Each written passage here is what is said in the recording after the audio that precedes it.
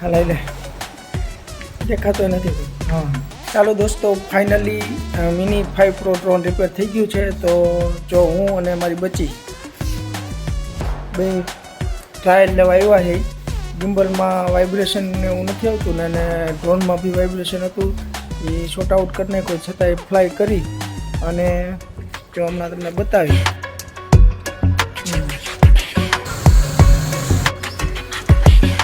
ગિમ્બલને બરાબર હાલે ને